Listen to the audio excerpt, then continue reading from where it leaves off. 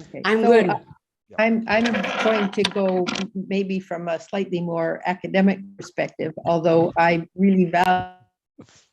Oh, You're on mute. You're on mute. You're on mute. Yes, you're on. Okay, there we go. My name is Kathy Porter. I'm a mediator currently living in Tikaranto, the land of the dish with one spoon treaty, which is something I will discuss eventually. My topic is colonization, decolonization, and mediation. And I am going to look at it from those three lenses, sort of interspersed back and forth. And my real interest is actually in how the creative arts can better inform decision-making processes, in particular at the UNFCCC.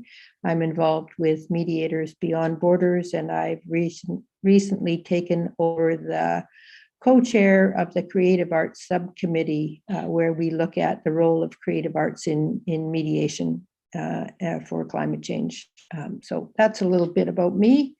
As I mentioned, I just started to work on my PhD, again with the how the creative arts can inform diverse multi-party decision processes. But I'm not talking about that today. I'm going to start. That was teasing. That was so teasing. I've done that on other shows with Vikram, so you can go look for the YouTube and look for me, and I'll be talking about that.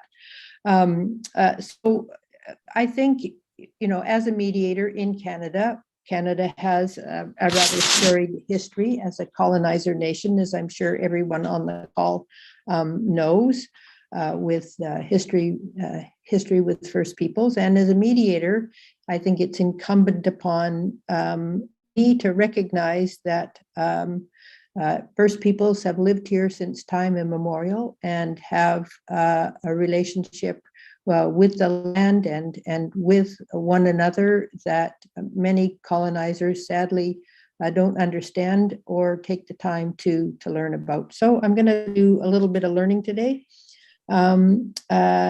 To begin, I think it's insightful to consider the evolution of relations between First Peoples and the colonizers who came, keeping in mind that the colonizers came in hordes, first of all to bring their particular brand of Christian religion to a land that was discovered. They came with the idea that this was a terra nullius. In fact, nobody was there, which was, of course, a big lie that continues to be perpetrated to some degree. And then later on, it became called the doctrine of discovery, which was a dictate from the sovereign or various crowns in Europe, Spain, Britain, Portugal, and others, who through their religious beliefs decided that the crown was designated with particular authority by God, and so they could take whatever they wanted, and that included land, and as a result, massive genocide has occurred around the world and continues today. I also have to consider that I'm a white woman. I'm immigrated to Canada from that other colonizer state just to the south when I was 5, and so I am seen through that lens often. In spite of that, I have worked with many Indigenous peoples and communities and continue to do so over the course of my career. And as a result of that, I've been privileged to learn a lot about the history from their perspective and how they see Canada and Canada government relations. I think early on, some historians would say that there were peaceful negotiations between First Peoples and colonizers. And from my research, I would say that beginning, that was certainly true. The doctrine of the time, in terms from a legal perspective, was that there was a nation-to-nation negotiation. Both were recognized as sovereign nations. But then the European side sovereigns decided that, well, because these people that they had met tended to move around and didn't have a land base with boundaries and that they could see in any rate, they couldn't possibly be sovereign nations. They could be nations, but certainly not sovereign. And so, made a decision that, in fact, we could negotiate treaties with you. And that has happened, of course, but predominantly the treaties have not been upheld whenever a further land grab was required or resources were discovered. Bye-bye, too bad for you. So again, you can see my slight bias emerging. Excuse me, I have a question, just because you said something. You said they're not followed. You're talking about the contracts. I'm talking about the treaties that were negotiated. So but what's different for you, a treaty and a contract? Just well, in the context of negotiations between Indigenous peoples in Canada. So, for example, the Dish with One Spoon Treaty was the Two-Row Wampum Belt Treaty that was negotiated between colonizers and the Anishinaabe and the Haudenosaunee and others, was to share the land and resources in perpetuity. However, the land turns out not to be so shared, because colonizers have built with reckless abandon, have used resources to the extent that Indigenous peoples, such as those living in grassy narrows, whose water has been contaminated by mercury for hundreds of years, and the list goes on. There hasn't been mutual respect. There has been a continued perspective of, and you can hear it in the national anthem, this land is our land. And they don't mean to include Indigenous peoples in that statement. So I think then I'm just going to leave that for a minute and move to the concept of decolonization. And I think, and in Canada today, the popular word is reconciliation. And I think the question is reconciliation dead? Is decolonization a possibility? And so from there, we have to, I understand there to be several different frameworks from which one can consider that question. Canada has an interesting history of looking at ways to work with or work out Canada Indigenous relationships. Obviously, treaties were first process and were negotiated, and we have a number of treaties in Canada. But in 1990, so I'm going to move more recently. In 1996, the Canadian government, in part in response to Indigenous uprisings that were occurring, such as the Oka and the Oka crisis and others, the Canadian government, in association with several Indigenous leaders at the time, prepared something called the Royal Commission in 1996. It's an interesting document in that it is in some ways speaking to the Canadian people to say, we got these crises going on. These folks, want to have some sort of relationship with us. What does that need to look like? So the Royal Commission lays out a number of strategies to create better relations with Indigenous peoples. And one of the statements in it is quite interesting to me, in that it says, we respect Indigenous peoples and their nations. We identify nations as potentially a group of people. So this is an aggregation of communities or bands within a bigger umbrella.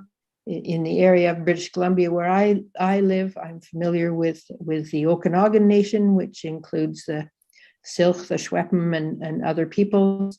And so they considered these sort of umbrella groups as nations. And they also said, even though we recognize you as nations, you don't have the authority that we, the nation of Canada, have. So already we can see little cracks in these documents in terms of how do we mediate these kinds of complex agreements.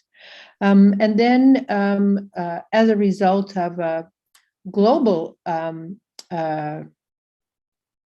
effort to push back against colonizer and dominator nations around the world, Indigenous peoples got together, including Art Manuel from British Columbia and the Lap people and the people from Brazil came together and eventually were successful in producing the United Nations Declaration of the Rights of Indigenous Peoples.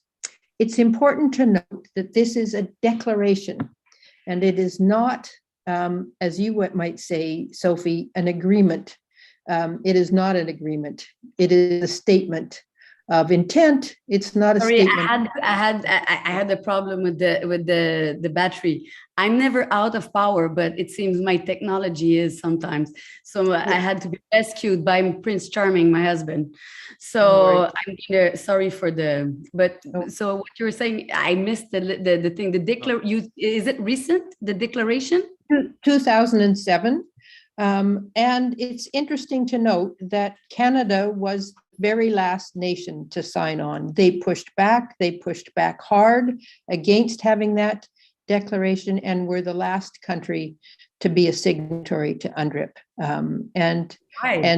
And they because they felt that to give away authority, the rights to self-government, the rights to self-agency, etc., the rights to resources on their land would impinge on what Canada now viewed as theirs. And they were not keen. Right. Correct me if I'm wrong, Kathy, but I think also the pushback was fear of litigation, if I'm not mistaken, that it would open up sectors of Canadian society and previous oppression and land exploitation. And so they really just dug their heels in, didn't they? Absolutely. And so you can see that reflected in Article 46 of the Royal Commission, where they kind of dismiss everything that has gone in the previous 45 articles and say, well, at the end of the day, we get to say how things are going to work out. And then part 2 of Article 46 talks about the fact that, we do acknowledge these rights of Indigenous peoples. So it's a pretty mixed document. It came out of a particular time in Canada. Canada was just had just finished the process of creating a new Charter of Rights and Freedoms, which included Section 35 to recognize the rights of Indigenous peoples. But it was and here's my bias. It has been all talk and no action, or very little action.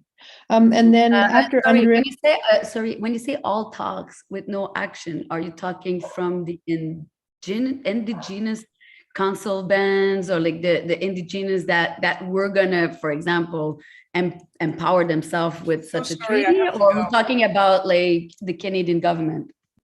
Both, but from both. To be fair, I think both. I think Canada has taken some steps to do some things, has signed some agreements, but nonetheless, they continue to, as Vanessa said, dig their heels in and are reluctant to give away any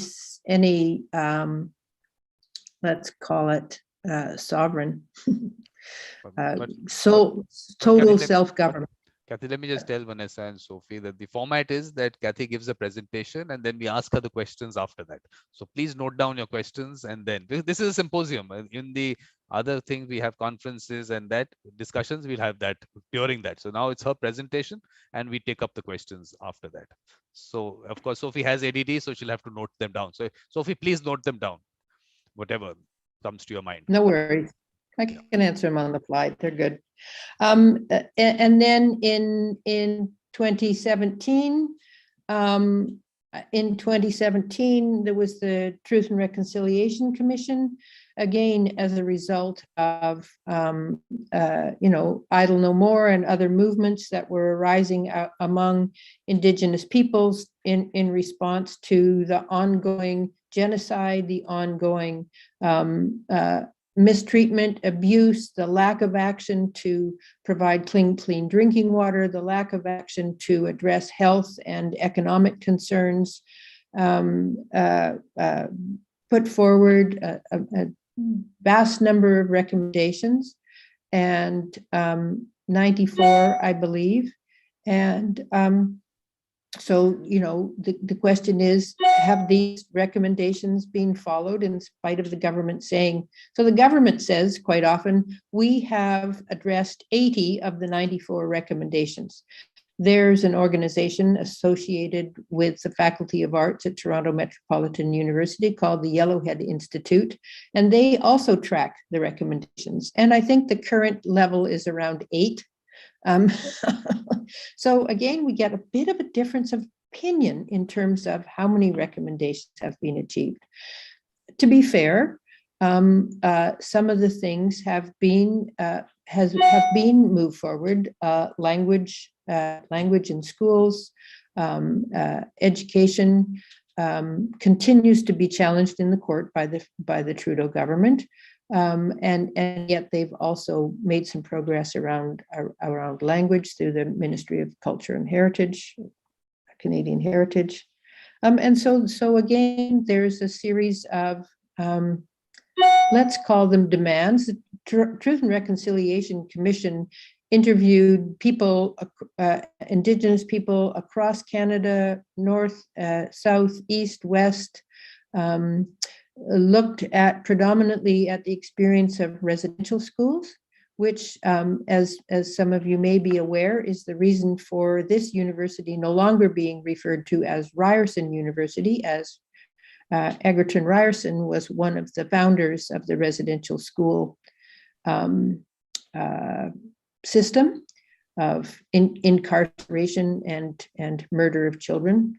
And this was one of the impetus behind the TRC, and then things didn't get particularly better, and so a slow awareness among non-Indigenous peoples that Indigenous women and girls were being murdered, had gone missing, and that little effort had been made to find out what had happened to these people.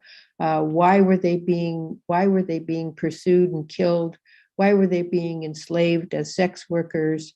And the list goes on. And as a result of that, again, pushback from strong Indigenous women and elders resulted in the Missing and Murdered Women Indigenous Girls Commission in 2019. And again, a whole bunch of recommendations that many of which have yet to be addressed. And so from here, I'm going to just sort of leave that aside and say that from a mediation perspective, we can turn to Indigenous and other scholars, or Indigenous scholars in particular in this instance, and consider what frameworks might be useful as we consider this notion of reconciliation, as we consider the notion of the impacts of colonization, the impacts of the notion of decolonization. And those frameworks kind of start with David Newhouse's work in 2015, which was shortly after the election of Justin Trudeau and his gang in 2015. Newhouse is a well-known Indigenous scholar in Canada, and he presented a rather hopeful treatise to say, you know, we can make progress now, and so that's on the hopeful spectrum. In the middle perspective is Verdeja and other scholars who say, well, you know, Indigenous peoples' intent is to have mutually beneficial relationships. And so that's the grounding that we need to come forward from. The intent is not to push immigrants and settlers off the land, but to find a way that we can all benefit from the resources on this amazing country, that we can live in harmony, and yet we also have to recognize that harm has been done, significant harm, and is ongoing. And then on the other perspective is Rachel Flowers, who's a scholar, did her PhD or did her work at the University of British Columbia, and her article is a refusal to forgive. She is saying that settlers need to do their work and Indigenous peoples need to do their work, and it's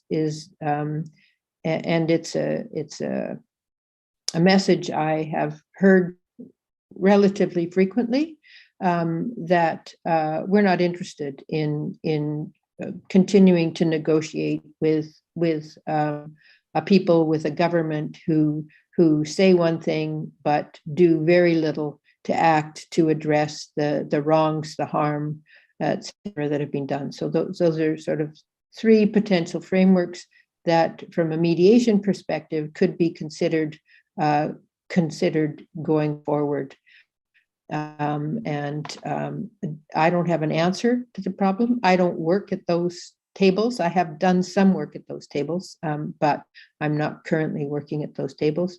I've moved my attention to climate change, and from a climate justice perspective, of course, those of us who are involved in these conversations understand that the people who are most marginalized, women, people who are other abled, Indigenous peoples, BIPOC, brown, Indigenous, other colored people, are those who are most impacted by climate change, and so there needs to be significant effort put to finding ways to engage those people at climate decision tables, and that's what my PhD research is going to be about.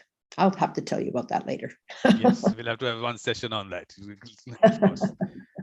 But now, so that's it. That's it today, Vikram. But Kathy, we have to connect mediation to the entire thing also. Well, that's what I'm saying. You know, from a mediation perspective, there are three frameworks that a mediator could engage with. You know, and we know from a mediation perspective, the people who don't want to come to the table are difficult to engage at the table, and there can be ways to invite them to come to the table nonetheless. And then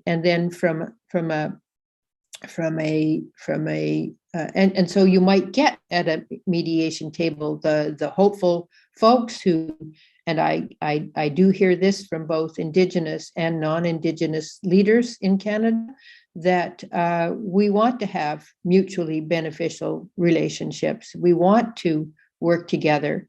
We value this land we call Turtle Island, to go back to your turtle conversation, Sophie. And you know, these are important issues for mediators, negotiators to engage with.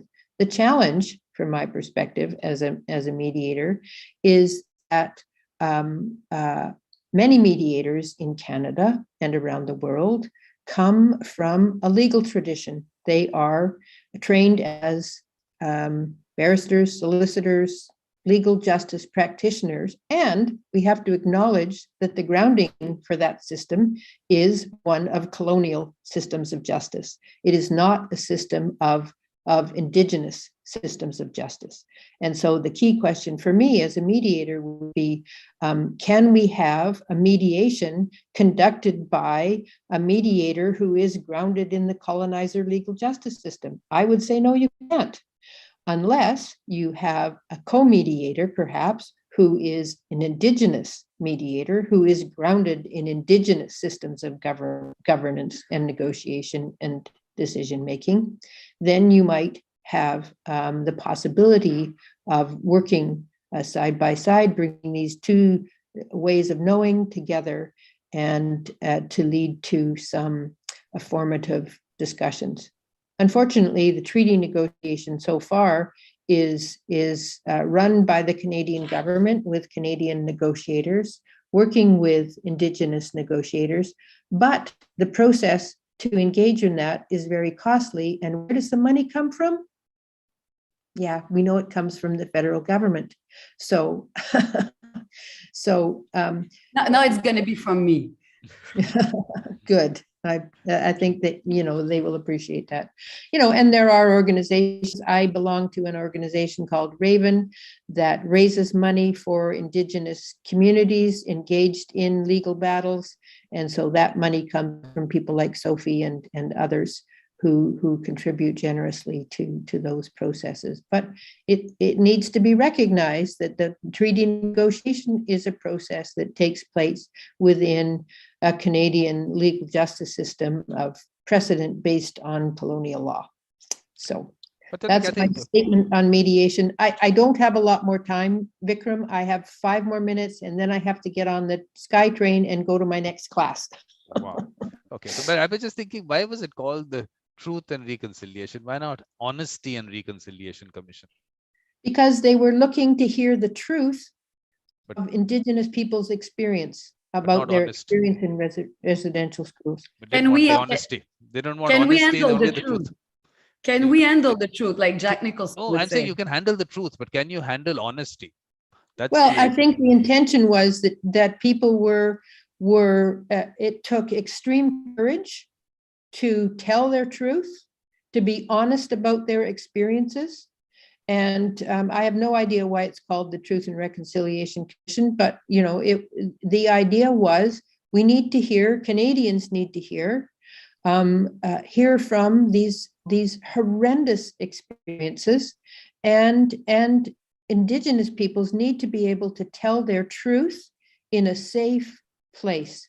These young children were raped, they were starved, they were beaten. And there are endless books by Indigenous authors written from both an academic perspective, written from a storytelling perspective, which is a wonderful tradition of sharing knowledge that, by the way, belongs to Indigenous families as part of the way they pass on their traditions and their ways of knowing. And so I think there is a slow,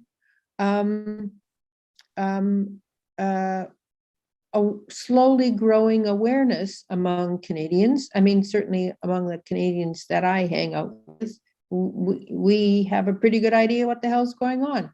But there are many, many Canadians, I think I can say, because I feel like it, that the populist rising is a fear-based approach to prevent white status folks of losing what they stole.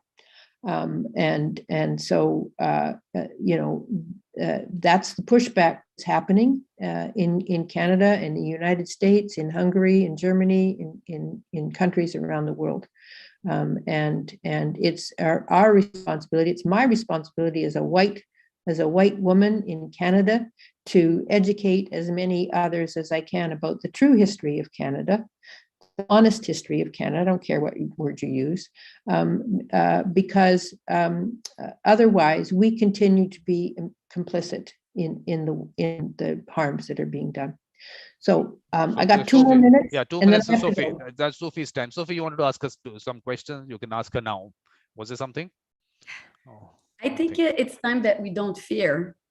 having those difficult conversations. Yesterday, I spent the day in a specific little microcosm. Park Avenue becomes blurry street, like Easting, you know, in Vancouver. And it's a place where a lot of indigenous take a lot of drugs. They hang out and beg, and they cry. They get drunk and cry with their homeland. They miss, like yesterday I spoke with Cree, Innu, Mi'kmaq, Bitsiamet. So many different communities are just between two streets, between Sherbrooke and almost close to the mountain. And if you really want to know, what it is, the reality to be an indigenous, maybe it's good to bring food and sit down and invite them at the table. Yes. Sophie, this is your time to ask the question for Kathy. We'll discuss this part after Kathy leaves. Yes, she has 2 minutes. I'm just saying, why do you say that as a white woman? Because our descendants, for example, 500 years ago, they came in the bottom of they were like Jack in the Titanic, you know, we were like, they call us daughters of the king. Daughters of the king were prostitutes, were like poor people, were missionaries. Why would you say that it is your responsibility as a white person, or from original colonization, to repair what you stole? Did you steal something? I'm not saying that it's my responsibility to repair what I stole. I'm saying it's my responsibility to help share the knowledge that I have as a result of working with Indigenous peoples. It's my responsibility to push back to governments and say, no, you can't do that. No, you can't continue to fight in court not to provide money for Indigenous children to be educated. No, you can't ignore the Truth and Reconciliation Commission. That's my job. And do you know what they want today? Because yes, each person is different. Each person is unique. Each person is different at every moment. For example, yesterday I met Mark Morse. Mark Morse was adopted by a nice English family from England. He used to do a lot of drugs, and he used to hate his biological family, thinking that they abandoned him. But he learned recently that he was taken away, and he had to go through all this, and he forgave.